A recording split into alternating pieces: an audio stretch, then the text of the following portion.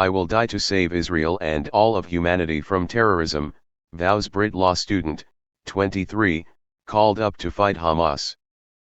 A British soldier says she is willing to die to save Israel and all of humanity.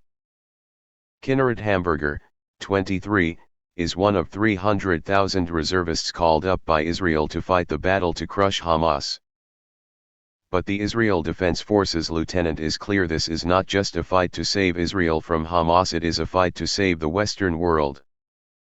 She said, "These terror groups are coming for us all. If Israel doesn't defeat Hamas, then the West is next in line. You will see terror attacks in Trafalgar Square and Oxford Street. It is hard for us to believe they want to kill us, but they do. We are in a fight for all of humanity, so anyone who believes in life needs to take a stand. I wouldn't call it World War at this stage, because at the moment it is only the IDF fighting Hamas. But we are doing it for the sake of the whole world." Kinneret, the granddaughter of a Holocaust survivor, is a keen Manchester United fan who regularly visits her family in England. She has grandparents in Cricklewood, North London, and also in Manchester. Kinneret was due to start her second year studying law at university and was looking forward to moving into a new flat the next day when she was woken early on October 7 by a siren. She grabbed her phone to check social media for news of a terror attack and got an urgent text message from her reservist unit saying, "Come to base." Kinneret said, "It was a holiday, so I was with all of my family at a hotel when the siren woke me up.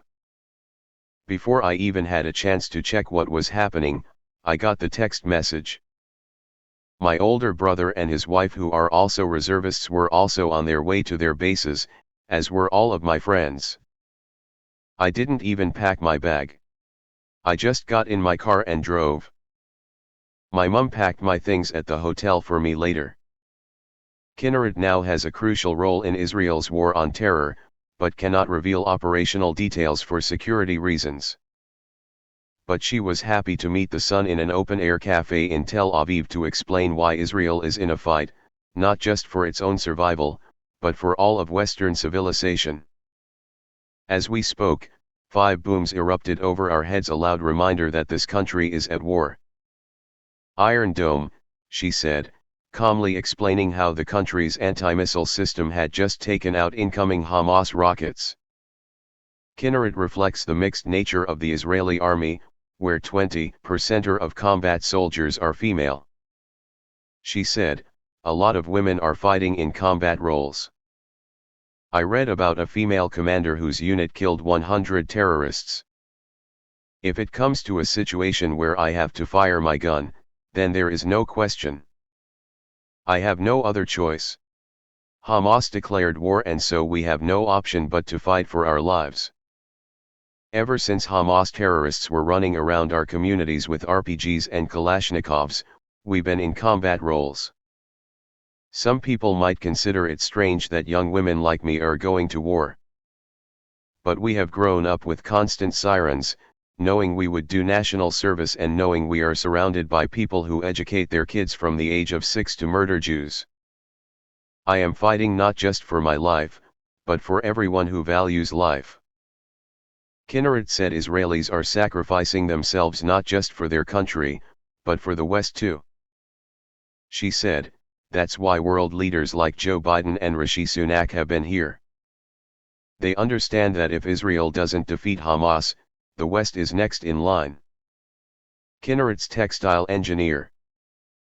Kinneret's textile engineer mum Marianne, 54, grew up in London and met her economist dad Carl, 56, while studying at university in Manchester, where he lived.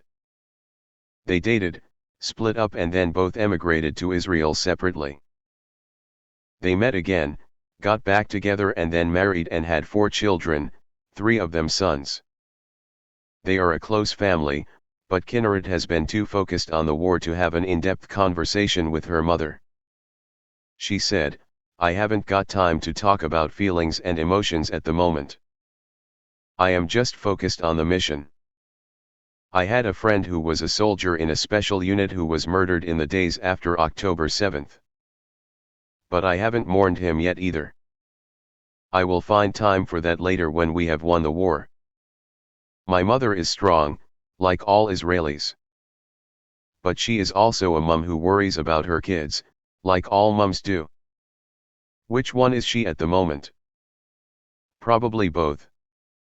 In times of peace, she loved visiting her family in England to go shopping in Oxford Street and to stock up on scones and Cadbury's chocolate. Kinneret said, whenever anyone visits England they are under strict instructions to bring back scones and Cadbury's chocolate.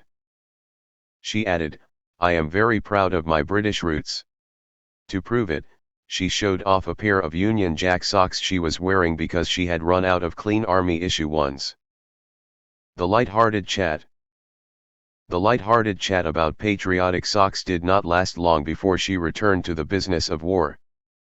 She revealed she considers it a privilege to defend her country, as she spoke of her pride at serving in the IDF.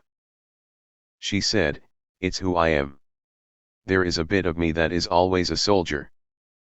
I may be a lawyer one day, but I will always be an officer in the IDF." She has sympathy for innocent Palestinians who are suffering a crushing humanitarian crisis, saying they have been held hostage since Hamas came to power in Gaza nearly 20 years ago. But she does not have any for the thousands who march in support of Palestine in London and across the world. She said, "I don't think there are words that can explain it. People say we are not anti-Semitic, we are anti-Zionist or just against the occupation. Don't fool us. The basis of this hatred is hatred for Jews.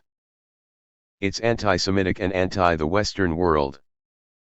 The people in charge of Gaza are educating their children to infiltrate Israel and murder us, and that breaks my heart. They want me and my fellow Jews dead. The liberal West struggles to understand they want to kill us, but they do. They don't believe in life like we do. They embrace death and want to take us with them. So people who cherish life, not death, need to take a stand.